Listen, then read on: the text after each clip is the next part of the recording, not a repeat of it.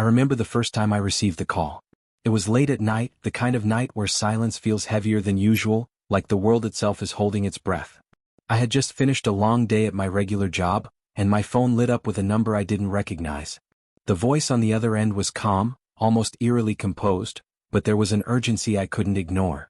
"We'd like you to work for the Department of Unknown Crises," the voice said. At first I thought it was a prank. Who in their right mind would call someone like me for something like that? But the details that followed were precise, almost impossibly specific about things in my life that no stranger could know. Something about that moment told me that this wasn't a joke. Something told me that my life was about to change. I can't describe what unknown crises really means, not yet, not fully, but what I can tell you is that it isn't the kind of crisis you read about in newspapers or see on TV. This is something different. Something that hides in the spaces between what people know and what they're afraid to face. When I first walked into the building, there was nothing like it in my experience. The office didn't have a name outside a small plaque that simply read, Department of Unknown Crises. The doors were unmarked, the hallways sterile, and yet, everything felt alive in a strange, unsettling way, like the walls themselves were watching you, measuring you, testing whether you belonged. I met my first colleague, a man named Elias, on my first day. Elias had been here for years, or so he said. He didn't speak much, but when he did, his words carried weight, like he'd seen things that would make most people question reality itself. He walked me through the basics, what we could and couldn't do, what we could and couldn't talk about, but even then the explanations felt incomplete. There were rules that weren't written down and protocols that weren't explained. And the first time I realized just how little I knew about what I'd gotten myself into, it hit me with a cold, sharp edge. This job was nothing like any other, and the stakes were higher than I could imagine. The department operates in layers, each more secretive than the last. I started at what they called Level 1, handling small incidents, things that might seem odd to the average person but could easily be dismissed as coincidences or bad luck. There were strange disappearances, unexplained phenomena, and events that seemed almost supernatural in nature. But there was always a logical explanation, at least on paper. What fascinated me, though, was the way the department worked. Every case was meticulously documented, every anomaly tracked, every potential threat assessed.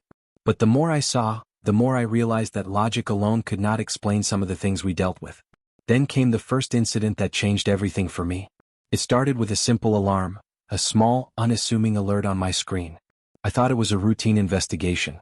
The case involved a town where people were reporting shadows moving independently of their owners, disappearing items that later reappeared in impossible places, and noises that didn't seem to have a source. It sounded like the kind of thing you'd find in a horror story, not a government file. Yet here I was, sent to investigate. The closer I got, the stranger things became. People would look at me with fear in their eyes, whispering warnings I wasn't supposed to hear.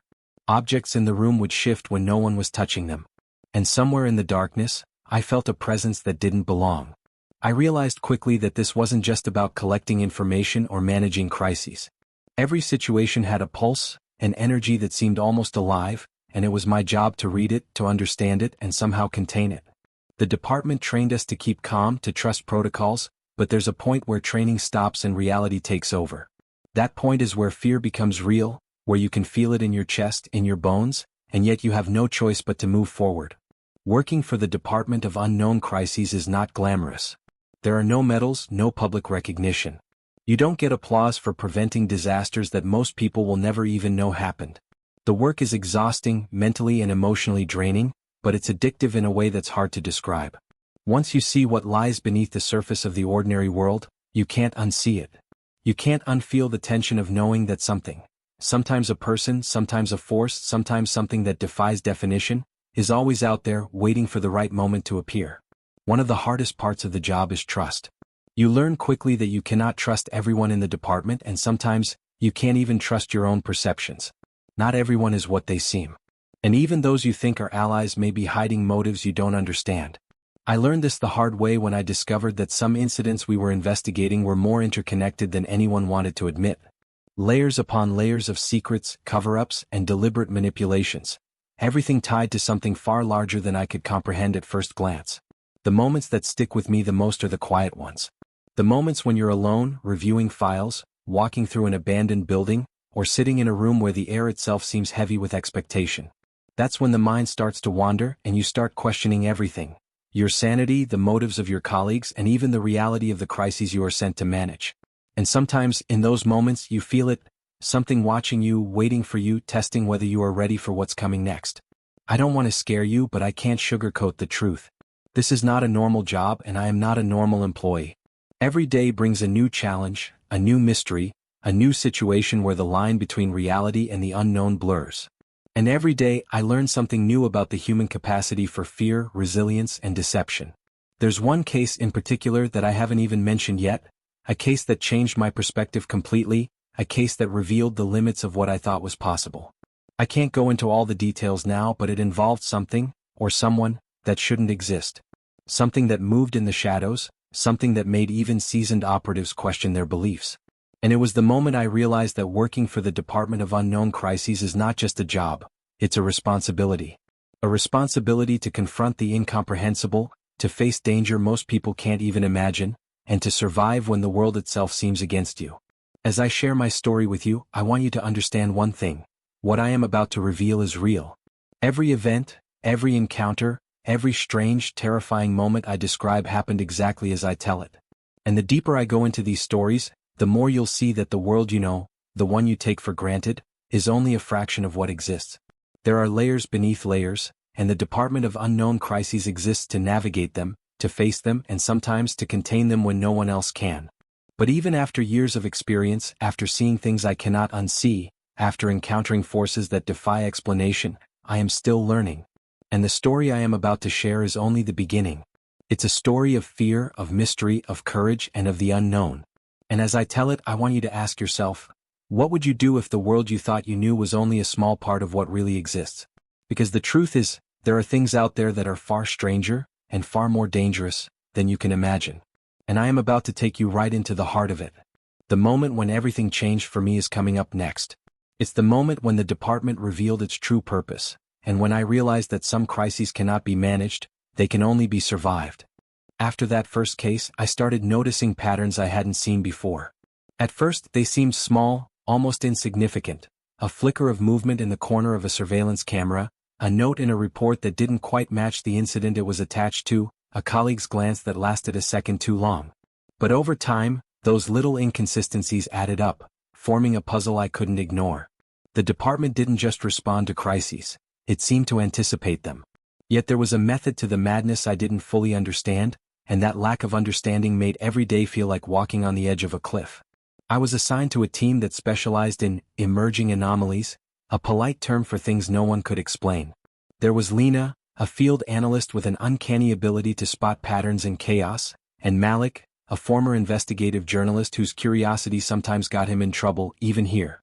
They became my first real anchors in this strange world. Lena was calm when others panicked, meticulous when everyone else rushed, and Malik asked questions no one wanted to answer, and somehow that made him indispensable. Between the three of us, we started tackling incidents that no one outside the department would ever hear about. Towns where entire neighborhoods vanished overnight, animals behaving in ways that defied evolution, objects that appeared to change shape or weight depending on who was holding them. One night, we were sent to a small village in the north. The alert was brief. Residents report unnatural weather patterns and auditory hallucinations. On the drive there, Malik tried to lighten the tension, joking about ghosts and government experiments. Lena didn't respond, staring out the window at the dark road ahead, her silence a warning in itself. When we arrived, the village looked normal at first. Quiet streets, a few dim lights, smoke curling from chimneys, but the air felt wrong. It wasn't just cold, it was heavy, as if the atmosphere itself resisted our presence. People moved cautiously, almost in slow motion, their faces blank yet tense, their eyes darting as if expecting something to happen. I remember the first warning sign, the children. They were playing in the streets, but there was something off. Their laughter sounded distorted, like it had been stretched and compressed in a recording. When one of them saw us, they froze, staring without blinking, and then, just like that, they disappeared behind a wall that didn't exist moments before. Lena whispered under her breath, "We're not in the right reality here." And in that moment I understood. This wasn't just an anomaly, it was a rupture, a tear in the way the world was supposed to behave. The department trained us for situations like this, but training is nothing when reality bends. We tried to map the area, taking notes and recording everything, but our equipment behaved strangely.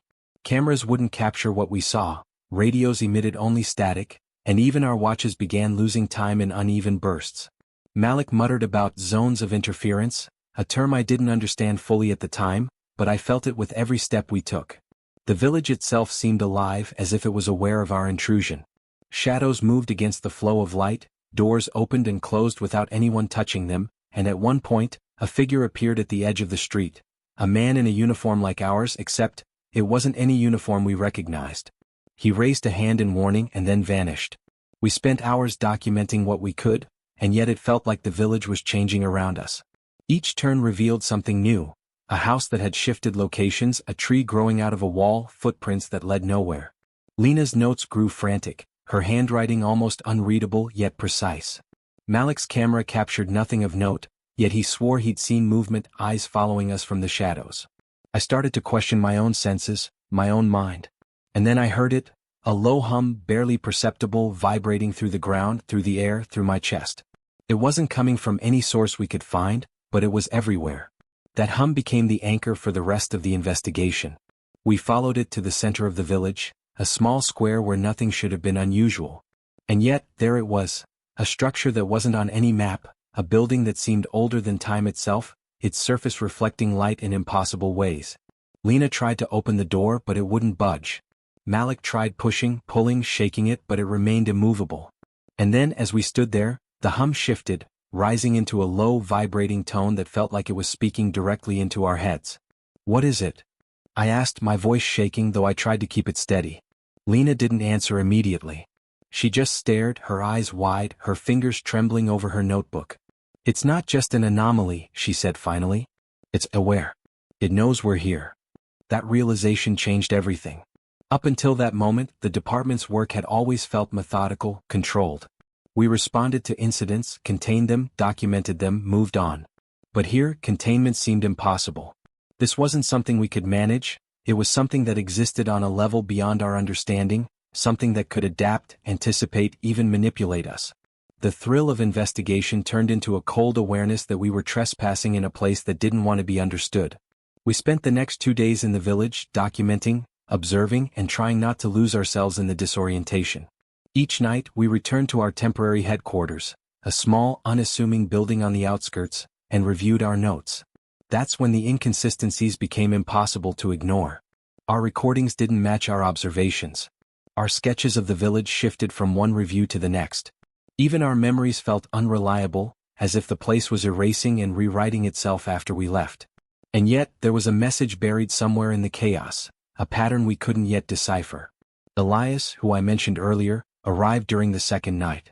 He didn't speak much but spent hours examining the data we collected. Finally, he looked up and said something that chilled me. "This isn't a simple anomaly. It's a convergence. And if we're not careful, it will expand." I didn't understand what he meant at the time, but I felt the weight of it in every nerve of my body. The department had trained us to handle the unknown, but this was beyond anything I had imagined. Beyond anything anyone could prepare for. That night, as we returned to our rooms, I couldn't sleep. The images of the village haunted me, the vanishing children, the impossible architecture, the hum that felt like it was inside my head. And in the darkness, I realized something terrifying. We had only scratched the surface of what the department called unknown crises. The further we went, the more dangerous it became, and yet, I couldn't stop. Because somewhere deep down, I knew that walking away was no longer an option. Not for me, not for my team, and certainly not for the world that might depend on what we were learning. I wish I could say that was the worst of it, but it wasn't. That village, that hum, that building, they were only the beginning. And as the sun rose on the third day, painting the streets in a false sense of normalcy, I understood that the department had brought me here for a reason. I didn't yet know what that reason was, but I was about to find. The days that followed the village incident were a blur of reports, briefings, and field assignments. But even amid the routine of the department, I could feel the tension growing, coiling tighter like a spring ready to snap. Something about that village had left a mark, not just on me but on the files, the records, the very energy of the department itself. I started noticing small changes around the office. Documents appearing where they shouldn't, monitors flickering with images that vanished the moment anyone looked directly at them, colleagues glancing at empty corners as if they saw something I didn't. Malik joked about it being paranormal burnout, but even he looked shaken when no one was watching. One afternoon, Elias pulled me aside. His expression was grim, the kind of seriousness that never comes without reason. "You've seen it now," he said quietly, "the cracks between what's real and what's not. Most agents never get this close. You need to understand something. These anomalies aren't isolated. They're connected, forming a network of events that the department barely controls." I wanted to ask him to explain, but the weight in his eyes told me it wasn't something that could be summed up in words. Instead, he handed me a file, a thick stack of reports I hadn't been cleared to see. The cases in the file were different from anything I'd encountered so far. Disappearances in major cities, unusual weather phenomena affecting entire regions, objects and people showing signs of impossible transformations.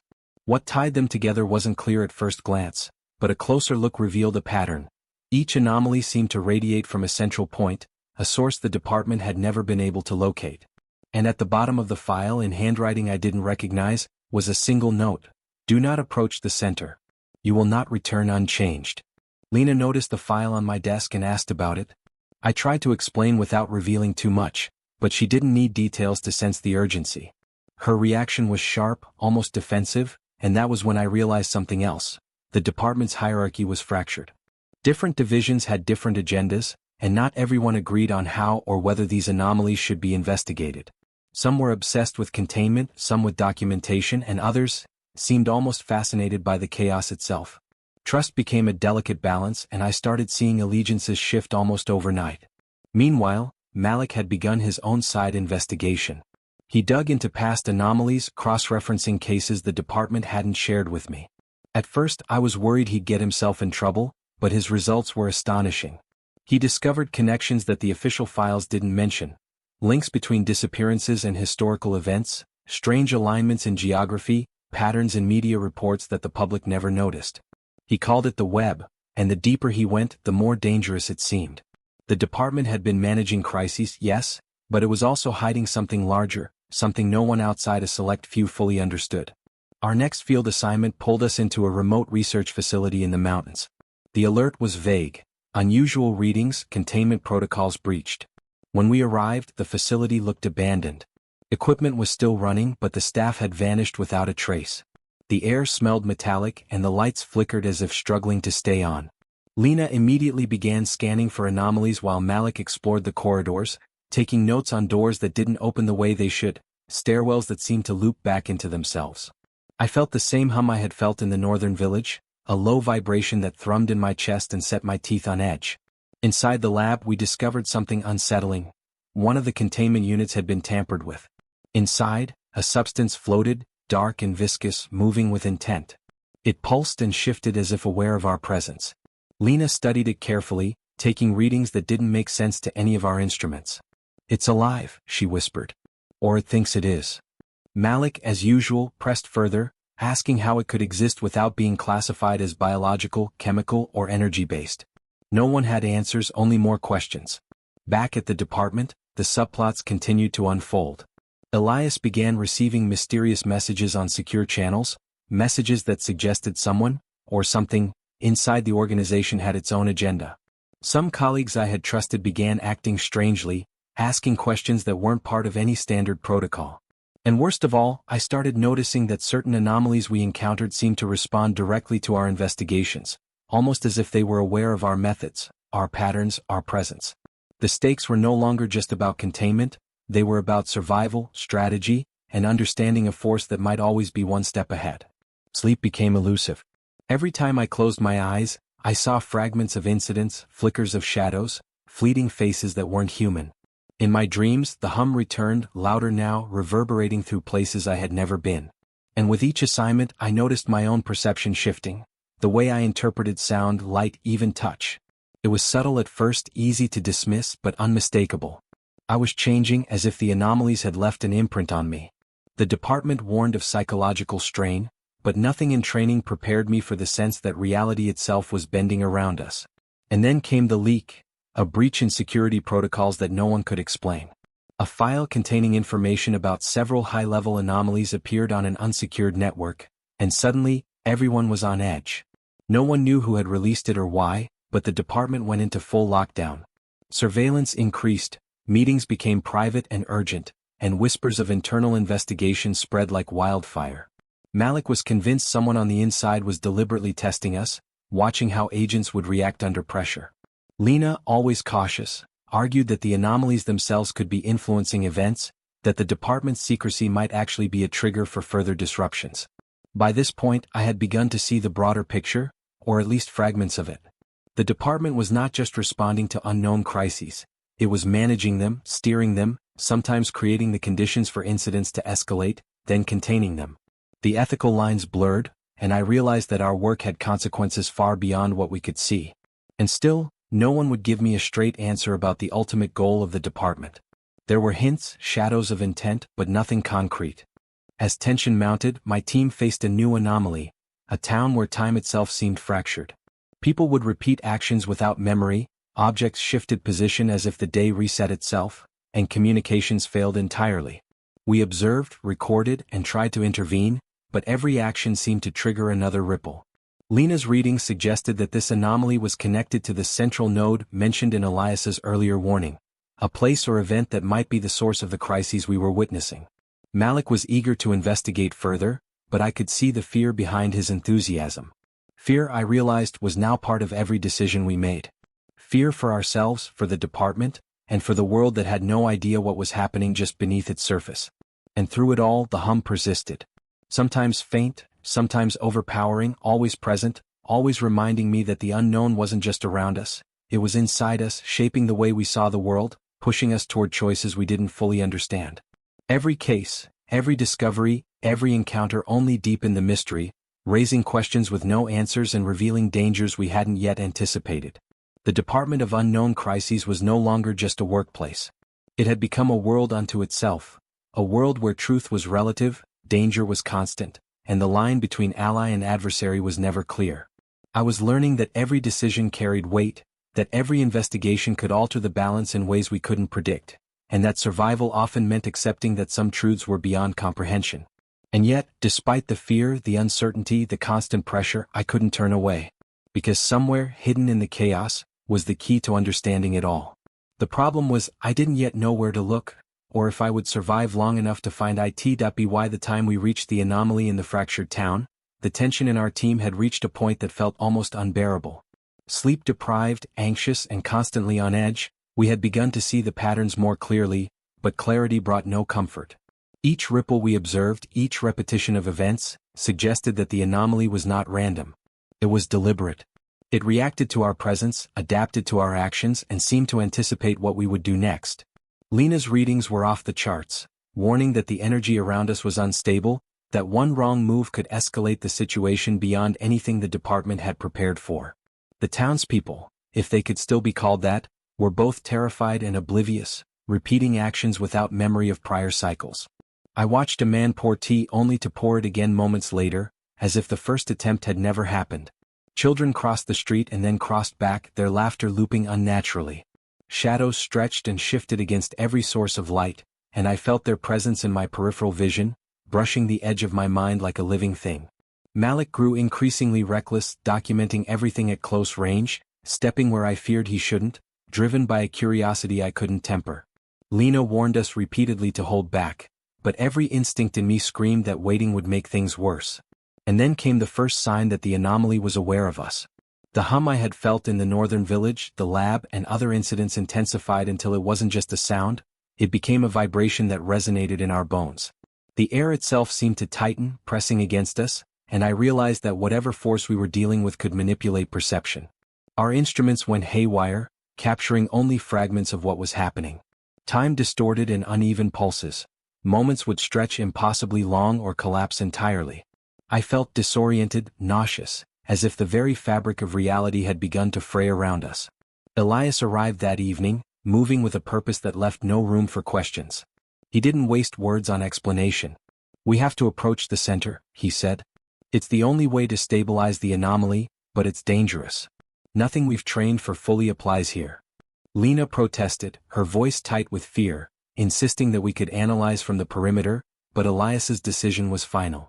The department's protocols had limits, and this anomaly was beyond any standard containment procedure.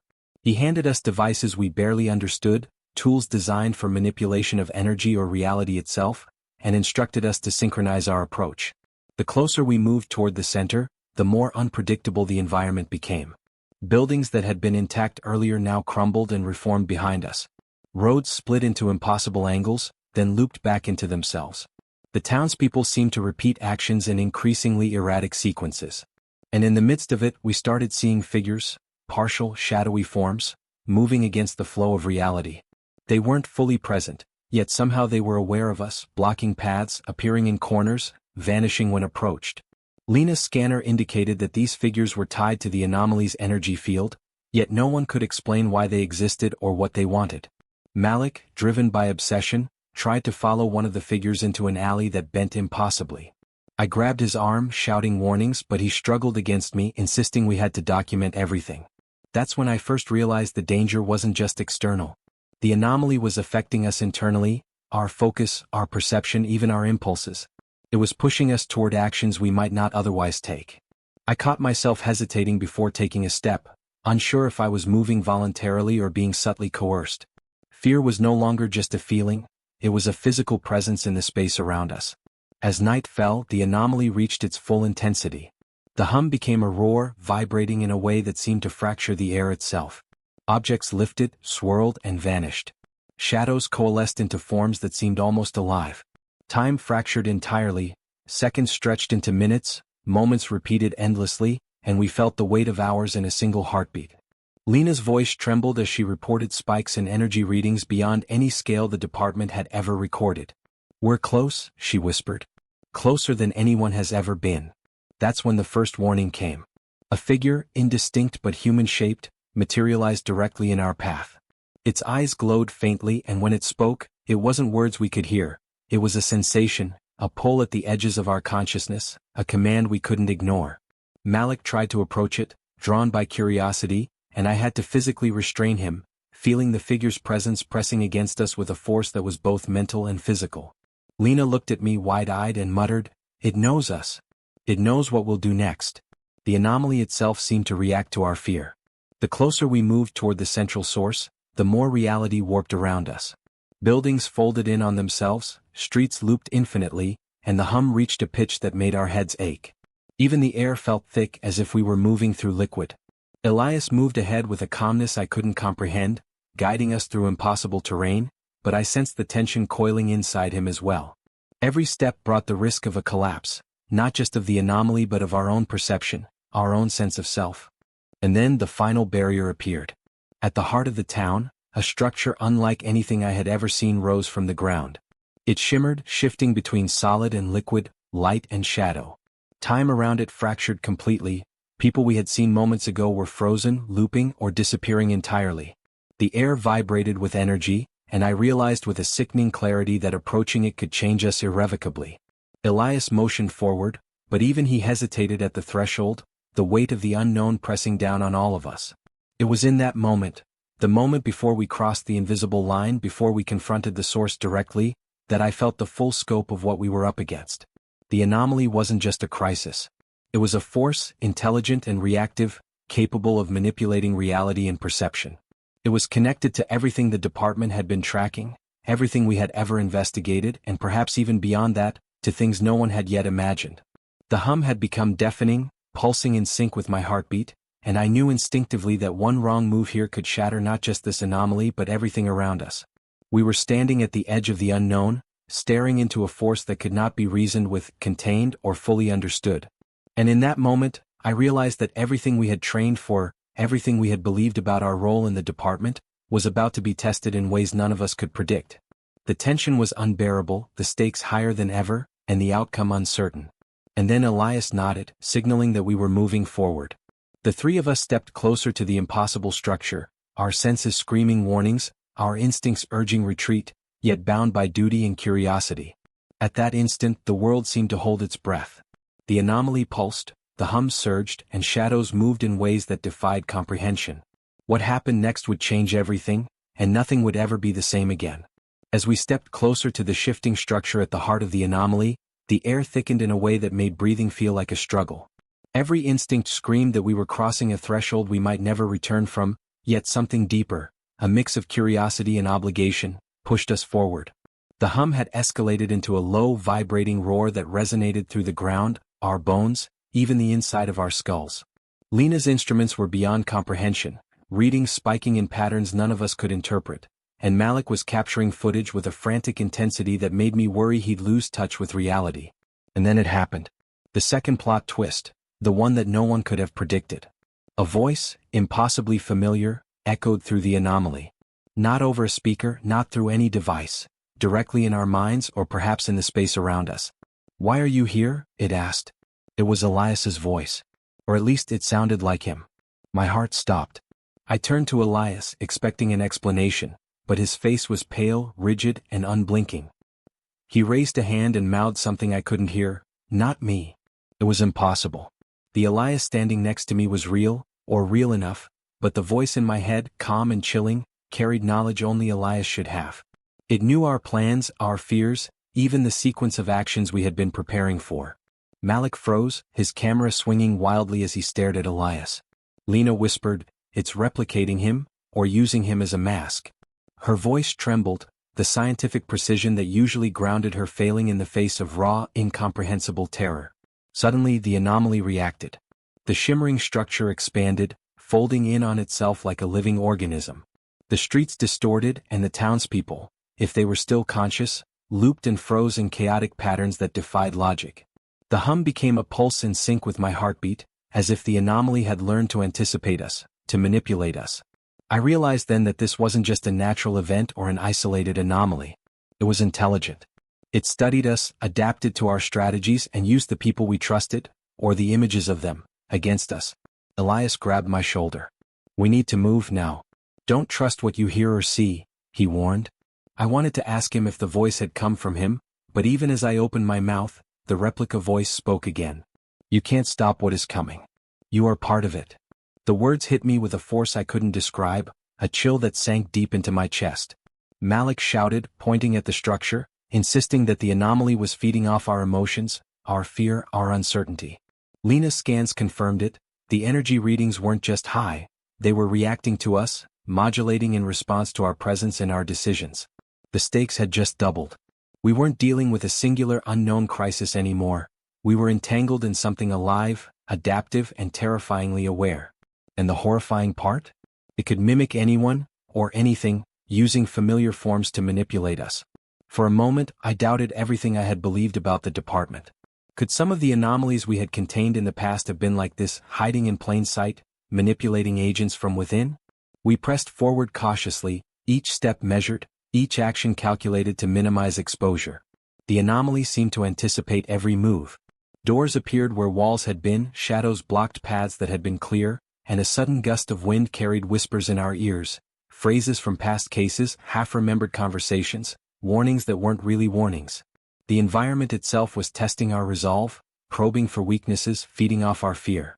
Malik, in a moment of recklessness, approached what appeared to be a doorway into the heart of the structure. I grabbed him, but his grip was strong, and for a second I thought the anomaly might have influenced him. Lena screamed, a warning I hadn't understood until it was almost too late. The floor beneath us wasn't solid. Parts of the town, the streets, even the ground itself, had begun to bend like liquid. One misstep could mean being trapped in a loop, or worse, becoming part of the anomaly's energy field. As we steadied ourselves, Elias motioned for silence. "Listen," he said, and I realized he wasn't referring to sound. He pointed toward a cluster of shadows near the center, shadows that weren't moving randomly, they were moving deliberately, converging. "It's preparing for something," he murmured. And then the structure shifted again, rising taller, darker, more defined. Within its form, I thought I saw shapes, figures from past crises, distorted and twisted, their movements synchronized with the pulsing hum. The anomaly wasn't just intelligent. It was learning from history, collecting fragments of past events, past people, past mistakes, and using them to anticipate us. The second plot twist had changed everything. This wasn't a simple investigation anymore. It wasn't just about containment or survival in a town stuck between realities. The anomaly had grown sentient in a way that suggested it could anticipate, manipulate, and possibly even outmaneuver the department itself. And the most terrifying realization settled over me like a stone. What if some of the people we trusted, some of the agents we counted on, had already been compromised, or replicated, without our knowledge?